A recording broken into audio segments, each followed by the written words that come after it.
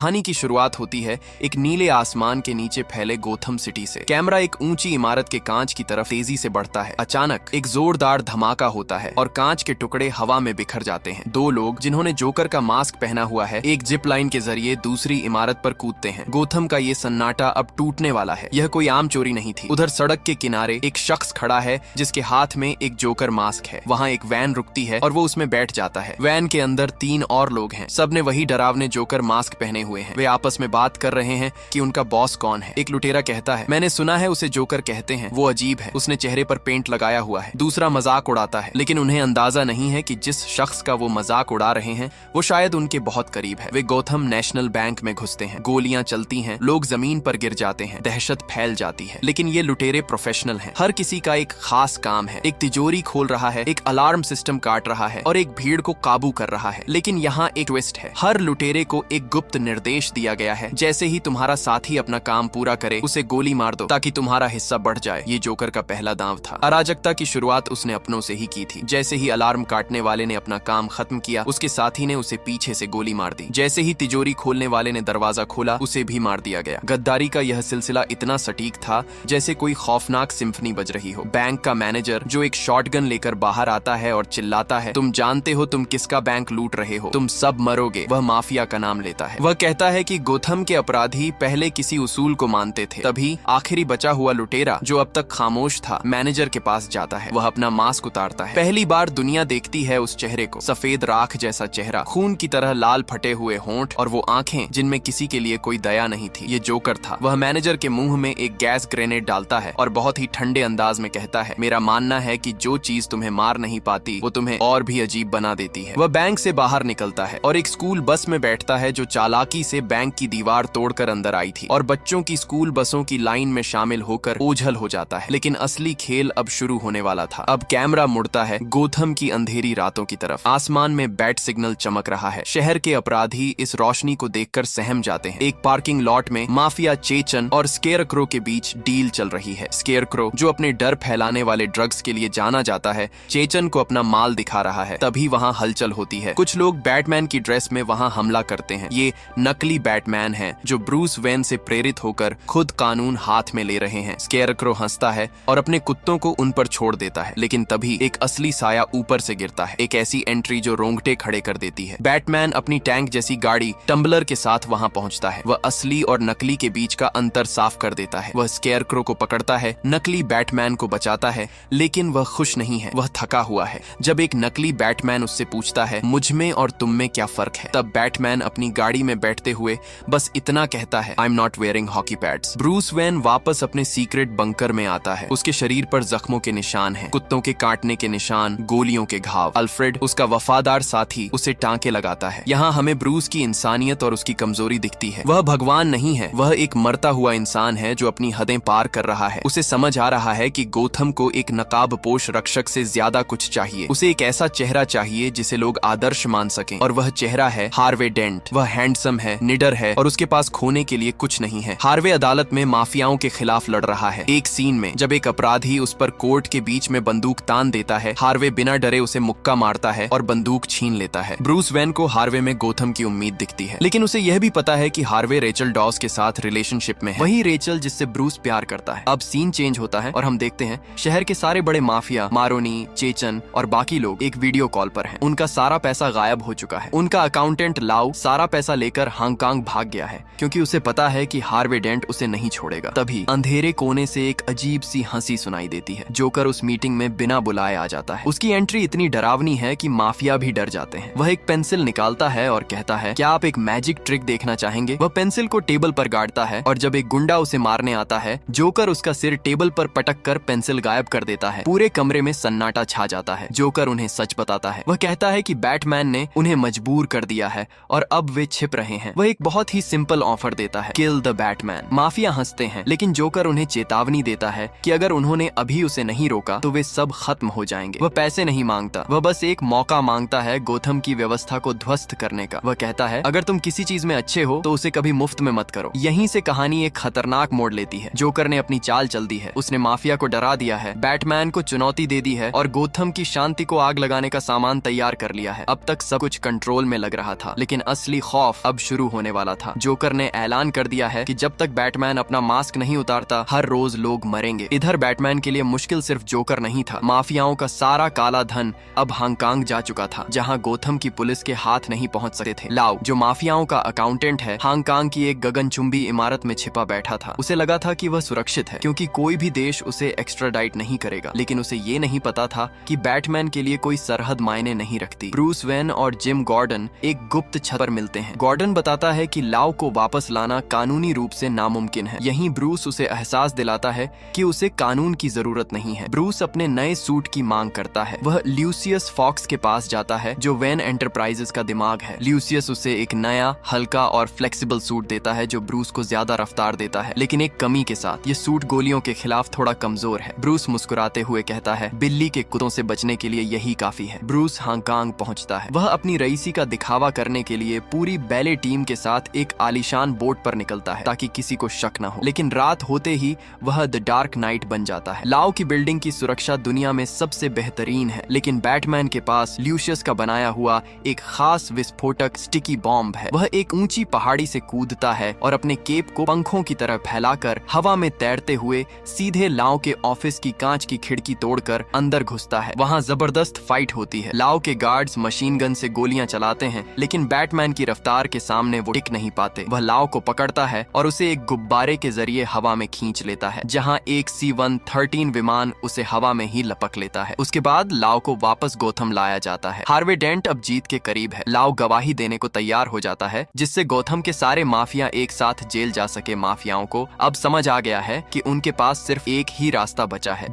Joker एक video जारी करता है जो पूरे शहर में दहशत फैला देता है। वीडियो में एक नकली बैटमैन ब्रायन जोकर के कब्जे में है। जोकर उसे टॉर्चर कर रहा है और कैमरे की तरफ देखकर कहता है, तुम बैटमैन को देखना चाहते हो? जब तक बैटमैन अपना असली चेहरा नहीं दिखाता, मैं हर रोज लोगों को मारूंगा और मैं अपनी बात का पक्का हूँ। अगली सुबह गौथम के लोग सहमे हुए जागते हैं। जोकर अपनी धमकी पूरी करता है। वह जज सरिलो को एक कार बम में उड़ा देता है और पुलिस कमिश्नर लोएब को झड़ देकर मार देता है, लेकिन उसका असली निशाना कोई और है और वो है Harvey Dent. Bruce Wayne Harvey के लिए एक शानदार डिनर पार्टी होस्ट कर रहा होता है। वह चाहता है कि लोग हार्वे को अपना अगला मसीहा माने। पार्टी में रेचल और हार्वे के बीच की केमिस्ट्री देकर ब्रूस को थोड़ा दुख होता है, लेकिन वह अपने शहर के भविष्य के लिए यह कुर्बानी देने को तैयार है। अचानक पार्टी में जोकर की एंट्री होती है। वह अपने गुंडों के साथ अंदर आता है और मेहमानों को डराता है। वह हार्वे डेंट को ढूंढ रहा है। वह रेचल के पास पहुंचता है और उसे अपनी डरावनी मुस्कान की कहानी सुनाता है। वह कहता है कि कैसे उसने अपने चेहरे को खुद चीर लिया था ताकि उसकी पत्नी अकेला महसूस न करे। जोकर की कहानी में सच्चाई कम और पागलपन ज्यादा है।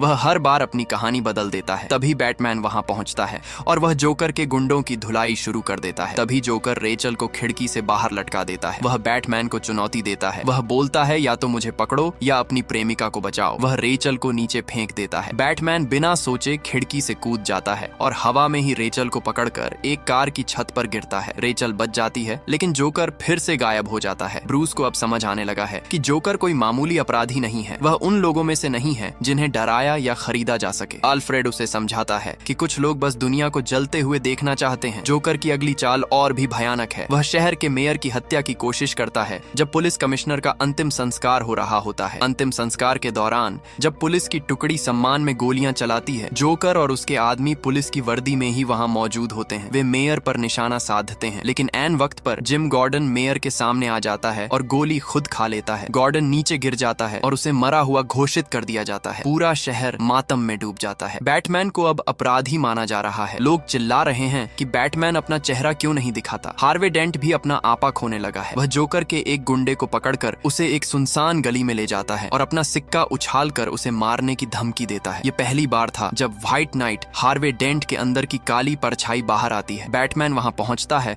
और हार्वे को रोकता है। वह कहता है, अगर तुमने कानून तोड़ा तो जोकर जीत जाएगा। ब्रूस अब एक बड़े फैसले पर पहुंच गया है। वह तय करता है कि वह हार्वे और गोथम की जान बचाने के लिए अपना नकाब उतार देगा। वह कल सुबह पुलिस के सामने अपनी सच्चाई बयान कर देगा। इधर कमिश्नर गॉर्डन की मौत के बाद शहर का गुस्सा अब बैटमैन पर फूट रहा था। ब्रूस वेन अब एक ऐसी दीवार के सामने खड़ा था जहां से उसे कोई रास्ता नहीं दिख रहा था। वह अल्फ्रेड से कहता है कि लोग मर रहे हैं अल्फ्रेड, मैं क्या करूं? अल्फ्रेड उसे याद दिलाता है कि कभी कभी हीरो बनने का मतलब सिर्फ लड़ना नहीं बल्कि हार मान लेना भी होता है ताकि लोग सुरक्षित रहें। ब्रूस अगले दिन प्रेस कॉन्फ्रेंस बुलाता है। वह तय कर चुका है कि वह दुनिया को बता देगा कि ब्रूस वेन ही बैटमैन है। हार्वे डेंट प्रेस के सामने खड़ा है, लोग चिल्ला रहे हैं, गुस्सा 7वें आसमान पर है। ब्रूस भीड़ में खड़ा होकर बस बोलने ही वाला होता है, लेकिन तभी हार्वे डेंट कुछ ऐसा करता है जो सबको हैरान कर देता है। हार्वे कहता है, बहुत हो गया, अगर आप बैटमैन को चाहते हैं तो वो मैं हूँ। हार्वे डेंट ने गॉथम के लिए सबसे बड़ा झूठ बोला। उसने खुद को बैटमैन घोषित कर दिया ताकि असली बैटमैन ब्रूस बाहर रहकर जोकर को पकड़ सके। हार्वे को गिरफ्तार कर लिया जाता है। पुलिस उसे जेल ले जाने के लिए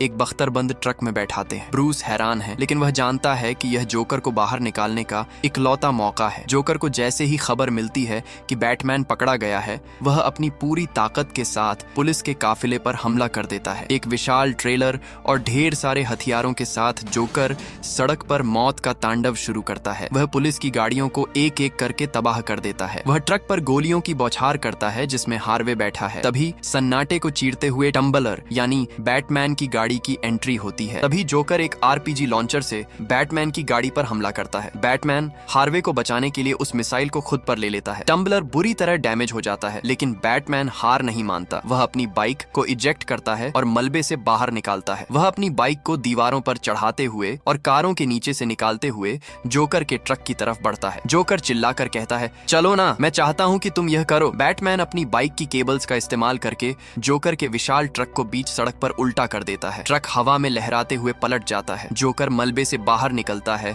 थोड़ा लड़खड़ाता है, लेकिन उसके चेहरे पर अभी भी वही डरावनी मुस्कान है। वह सड़क के बीच खड़ा हो जाता है और बैटमैन की तरफ बढ़ती बाइक को देखकर कहता है, हिट मी। बैटमैन उसे नहीं मारता और अपनी बाइक मोड़ लेता है, जिससे वह गिर जाता है। तभी एक पुलिस वाला पीछे से आकर जोकर के सिर पर बंदूक रखता है। जब वह अपना हेलमेट उतारता है तो पता चलता है कि वह कोई और नहीं बल्कि जिम गॉर्डन है। गॉर्डन मरा नहीं था, उसने अपनी मौत का नाटक किया था ताकि वह जोकर को रंगे हाथों पकड़ सके। जोकर आखिरकार पुलिस की गिरफ्त में आ ही जाता है। पूरा गोथम जश्न मना रहा है। हार्वे डेंट सुरक्षित है और जोकर जेल की सलाखों के पीछे। लेकिन जोकर के लिए यह कोई हार नहीं थी, यह उसकी योजना का हिस्सा था। उसे पुलिस स्टेशन के लॉकअप में रखा जाता है। गॉर्डन उसे देखने जाता है। जोकर वहां बैठकर तालियां बजा रहा है क्योंकि गॉर्डन को नया कमिश्नर बना दिया गया है। गॉर्डन उसे समझने की कोशिश करता है, लेकिन जोकर सिर्फ पहेलियां बुझाता है। तभी बैटमैन अंधेरे से निकलकर आता है और जोकर से पूछताछ शुरू करता है। इंटरोगेशन रूम का यह सीन सिनेमा के इतिहास के सबसे बेहतरीन सीन्स में से एक है। जोकर बैटमैन को बताता है कि तुम मुझे मार नहीं सकते क्योंकि तुम्हारे अपने उसूल हैं, और मैं तुम्हें मारना नहीं चाहता क्योंकि तुम बहुत दिलचस्प हो। वह बैटमैन को समझाता है कि इस शहर के लोग उसे तब तक ही प्यार करेंगे जब तक उन्हें उसकी जरूरत है। जैसे ही काम निकल जाएगा वे उसे एक कुत्ते की तरह बाहर फेंक देंगे। बैटमैन अपना आपा खोने लगता है और जोकर को पीटने लगता है, लेकिन जोकर हंसता है। वह कहता है, तुम्हारे पास मुझे डराने के लिए कुछ नहीं है। फिर वह असली राज खोलता है। वह बताता है कि उसने हार्वे डेंट और रेचल डॉस दोनों को किडनैप कर लिया है और वे दो अलग अलग जगहों पर विस्फोटक के साथ बंधे हुए हैं। और सबसे भयानक बात, बैटमैन के पास इतना कम वक्त है कि वह सिर्फ एक को ही बचा सकता है। जोकर उसे 2 पते देता है। बैटमैन तुरंत रेचल को बचाने के लिए निकलता है और गॉर्डन की टीम हार्वे की तरफ बढ़ती है। बैटमैन अपनी पूरी रफ्तार से उस पते पर पहुंचता है जहां उसे लगता है कि रेचल है, लेकिन जैसे ही वह दरवाजा तोड़कर अंदर घुसता है उसे रेचल नहीं बल्कि हार्वे डेंट मिलता है। जोकर ने पते बदल दिए थे। उसने बैटमैन के साथ दिमागी खेल खेला था। तभी धमाका होता है। बैटमैन हार्वे को खींचकर बाहर निकाल लेता है, लेकिन आग की लपटें हार्वे के आधे चेहरे को झुलसा देती हैं। दूसरी तरफ गॉर्डन समय पर नहीं पहुंच पाता। रेचल जिस इमारत में थी वह पूरी तरह तबाह हो जाती है। रेचल डॉस मर चुकी है। ब्रूस की जिंदगी का इकलौता प्यार और गॉथम की उम्मीद दोनों एक पल में राख हो गए। लेकिन असली तबाही तो अभी शुरू होनी थी। पुलिस स्टेशन के अंदर जोकर ने एक सिपाही को उकसाकर उसे बंधक बनाया और पेट में छिपाए हुए एक मोबाइल बम के जरिए पूरे स्टेशन को उड़ा दिया। वह लाव को लेकर वहां से फरार हो गया। रेचल अब इस दुनिया में नहीं रही। ब्रूस उस जली हुई इमारत के मलबे के सामने खड़ा है जहां उसकी बचपन की दोस्त और उसकी इकलौती उम्मीद राख हो चुकी थी। गॉथम की बारिश भी उस आग को नहीं बुझा सकती थी जो अब ब्रूस के अंदर जल रही थी। अल्फ्रेड को रेचल का एक खत मिलता है। उस खत में रेचल ने लिखा था कि उसने हार्वे डेंट को चुन लिया है और वह ब्रूस का इंतजार नहीं कर सकती। अल्फ्रेड जानता है कि यह सच ब्रूस को पूरी तरह तोड़ देगा, इसलिए वह उस खत को छिपा देता है। वह ब्रूस को संभालता है, लेकिन ब्रूस अब अपराधी महसूस कर रहा है। उसे लगता है कि बैटमैन की जिद ने रेचल की जान ले ली। उधर अस्पताल के सफेद कमरों के बीच हार्वे डेंट होश में आता है। जब वह अपना चेहरा आईने में देखता है तो उसकी चीख पूरे अस्पताल में गूंज उठती है। उसका आधा चेहरा सुंदर है, लेकिन आधा हिस्सा मांस और हड्डियों का एक डरावना मंजर बन चुका है। वह अब हार्वे डेंट नहीं रहा। उसका वह सिक्का जो कभी उसकी किस्मत का प्रतीक था अब एक तरफ से जलकर काला हो चुका है।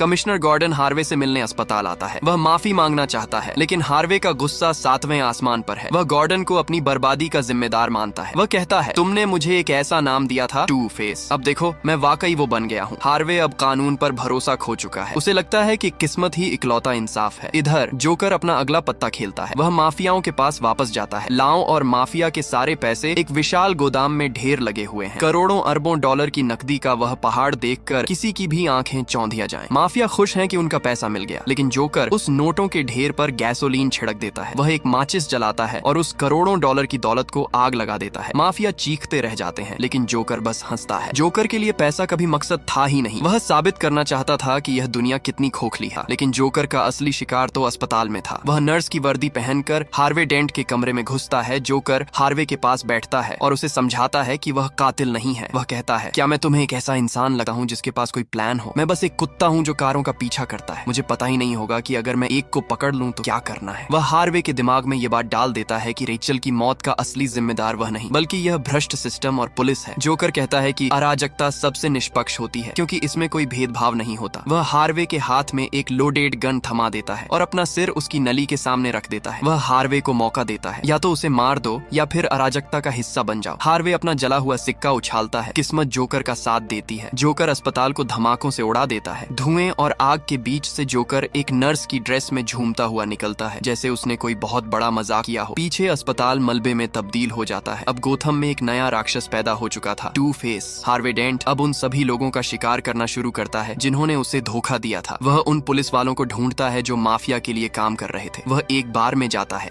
एक भ्रष्ट अफसर को पकड़ता है और अपना सिक्का उछालता है और बोलता है, heads you live, tails you die. सिक्का गिरता है, टेल आता है। हार्वे बिना पलक झपकाए उसे गोली मार देता है। शहर में अब पूरी तरह अफरा तफरी मच चुकी है। जोकर टीवी पर लाइव आता है और गोथम के लोगों को धमकी देता है कि अगर वो शहर छोड़कर नहीं गए तो वे सब मारे जाएंगे। वह कहता है कि शहर के पुल और सुरंगें अब सुरक्षित नहीं हैं। लोग पागलों की तरह शहर से भागने की कोशिश कर रहे हैं। बैटमैन को अब अपनी हदें पार करनी पड़ती हैं। वह ल्यूशियस फॉक्स की मदद से गोथम के हर मोबाइल फोन को एक सर्विलांस डिवाइस में बदल देता है। यह एक ऐसी तकनीक है जो किसी की भी प्राइवेसी को खत्म कर सकती है। ल्यूशियस इस बात से दुखी है। वह कहता है कि यह अनैतिक है, लेकिन बैटमैन कहता है कि जोकर को पकड़ने के लिए मुझे यह करना ही होगा। गोथम की नदी के बीचों बीच दो विशाल जहाज फंसे हुए थे। सन्नाटा इतना गहरा था कि लहरों की आवाज भी किसी चीख जैसी लग रही थी। एक जहाज पर आम शहरी थे, परिवार, बच्चे और मासूम लोग। दूसरे जहाज पर गोथम के सबसे खतरनाक अपराधी और कैदी थे। जोकर की आवाज उन दोनों जहाजों के लाउड स्पीकर पर गूंजती है। वह कहता है, आज रात तुम सब एक खेल का हिस्सा हो। दोनों जहाजों के डेक पर एक रिमोट रखा है। वह रिमोट दूसरे जहाज में लगे एक बम का है। अगर तुम 12 बजे से पहले दूसरे जहाज को डिस्ट्रॉय कर देते हो तो मैं तुम्हें आजाद कर दूंगा, लेकिन अगर किसी ने बटन नहीं दबाया तो मैं दोनों शिप्स को डिस्ट्रॉय कर दूंगा। वह साबित करना चाहता था कि मौत के डर से अच्छा इंसान भी जानवर बन जाता है। उधर हार्वे डेंट कमिश्नर गॉर्डन के परिवार को किडनैप कर लेता है। वह उन्हें उसी जगह ले जाता है जहां रेचल की मौत हुई थी। हार्वे का इंसाफ अब अपनी चरम सीमा पर था। इधर जोकर ने इंसानी फितरत पर दांव खेला था। उसे यकीन था कि अपनी जान बचाने के लिए सभ्य लोग उन कैदियों को मार देंगे और कैदी अपनी जान बचाने के लिए आम लोगों को। आम लोगों वाले जहाज पर बहस शुरू हो जाती है। एक आदमी चिल्लाता है, वे लोग अपराधी हैं, उन्होंने अपनी सजा खुद चुनी है,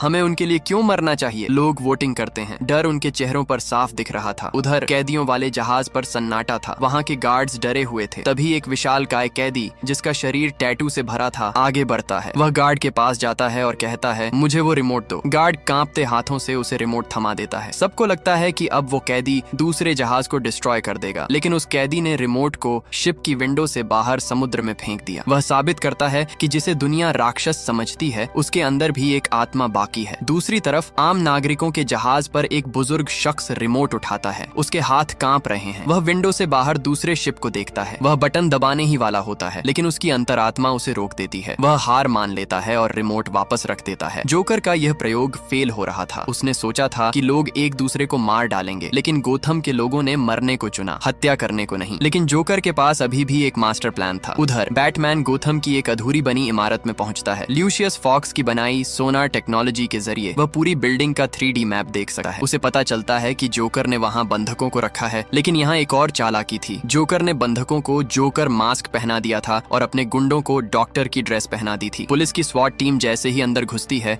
वे गलती से उन निर्दोष बंधकों को ही अपराधी समझकर मारने वाले होते हैं। बैटमैन को अब अपनी ही पुलिस से फाइट करना होगा ताकि वह बेगुनाहों को बचा सके। वह अपनी केप की मदद से उस बिल्डिंग के विंडो से अंदर घुसता है, स्वाट टीम को विंडो से बाहर खींचता है और बंधकों को सुरक्षित करता है। वह एक साए की तरह काम कर रहा था। वह पुलिस को भी बचा रहा था और अपराधियों को भी खत्म कर रहा था। अंत में वह जोकर तक तक पहुंच ही जाता है। जोकर एक कुत्ते के साथ वहां बैठा है और उसे देखकर मुस्कुराता है। जोकर उस पर हमला करता है। दोनों के बीच जबरदस्त फाइट होती है। जोकर बैटमैन को नीचे गिरा देता है और उसे पीटने लगता है। वह कहता है, तुमने सोचा था कि तुम इस शहर को बचा लोगे? देखो इन जहाजों को, अब 12 बजने वाले हैं और आतिशबाजी शुरू होने वाली है। 12 बजते हैं। जोकर अपना रिमोट दबाता है लेकिन कुछ नहीं होता। दोनों जहाज सुरक्षित थे। जोकर का चेहरा उतर जाता है। बैटमैन उसे उठाकर इमारत के किनारे से नीचे फेंक देता है, लेकिन अंतिम समय में बैटमैन उसे अपनी केबल से होल्ड कर लेता है। जोकर हवा में उल्टा लटका हुआ है और पागलों की तरह हंस रहा है। वह कहता है, तुम वाकई महान हो, तुम मुझे मार नहीं सकते और मैं तुम्हें मारना नहीं चाहता। हम यह खेल हमेशा के लिए खेल सकते हैं। बैटमैन कहता है कि शहर ने साबित कर दिया है कि वह अच्छाई पर भरोसा करता है, लेकिन जोकर अपनी बिगेस्ट विन का खुलासा करता है। वह कहता है, मैंने गोथम की आत्मा को भ्रष्ट करने के लिए तुम्हें नहीं चुना था, मैंने हार्वे डेंट को चुना था। उसे पता था कि अगर उसे मारना आसान है तो उसे मनाना और भी आसान है। जोकर बताता है कि हार्वे डेंट अब एक कातिल बन चुका है और वह गॉर्डन के परिवार को मारना चाहता है। बैटमैन को एहसास होता है कि जोकर जीत चुका है। भले ही वह एक बिल्डिंग के छत से लटका हुआ है, अब तक सब कुछ जोकर के हिसाब से चल रहा था, लेकिन असली डर अभी बाकी था। बैटमैन जोकर को पुलिस के हवाले करके हार्वे डेंट की तलाश में निकलता है। जिम गॉर्डन वहाँ घुटनों के बल बैठा है। उसकी आंखों में आंसू हैं और उसके सामने है वह इंसान जिसे उसने कभी अपना सबसे भरोसेमंद दोस्त माना था। हार्वे चिल्लाता है, तुमने मुझसे झूठ बोला गॉर्डन, तुमने कहा था कि हम सुरक्षित हैं, तुमने कहा था कि सब ठीक हो जाएगा, पर कुछ नहीं हुआ और तुम लोगों ने मेरी रेचल को छीन लिया। इतना कहकर हार्वे ने गार्डन के बेटे के सिर पर बंदूक तान दिया। तभी अंधेरे से बैटमैन की आवाज आती है। वह धीरे धीरे सामने आता है। हार्वे अपनी बंदूक बैटमैन की तरफ घुमा देता है। बैटमैन उसे समझाने की कोशिश करता है, हार्वे, जो तुम्हारे साथ हुआ वह नाइंसाफी थी, लेकिन मासूमों को मारना उसका जवाब नहीं है। हार्वे हंसता है और कहता है, दुनिया बेदर्द है बैटमैन, और इस बेदर्द दुनिया में निष्पक्ष होने का सिर्फ एक ही रास्ता है, किस्मत। वह अपना जला हुआ सिक्का निकालता है। वह कहता है कि आज रात 3 लोगों की किस्मत का फैसला होगा। हार्वे सिक्का उछालता है, सिक्का गिरता है। वह जली हुई तरफ टेल्स पर रुकता है। हार्वे बिना सोचे बैटमैन के पेट में गोली मार देता है। बैटमैन जमीन पर गिर जाता है। अब बारी खुद हार्वे की थी। वह फिर से सिक्का उछालता है। इस बार साफ हिस्सा हेड्स आता है। हार्वे खुद को कुछ नहीं करता और अंत में वह गॉर्डन के बेटे की तरफ घूम जाता है। गॉर्डन चीखता है, नहीं, उसे जाने दो, मुझे मार दो। हार्वे कहता है कि रेचल की जान गई क्योंकि जोकर ने उसे चुना, अब तुम्हारे बेटे की जान जाएगी क्योंकि किस्मत उसे चुनेगी। जैसे ही हार्वे सिक्का उछालने के लिए हवा में हाथ बढ़ाता है, बैटमैन अपनी बची हुई पूरी ताकत इकट्ठा करके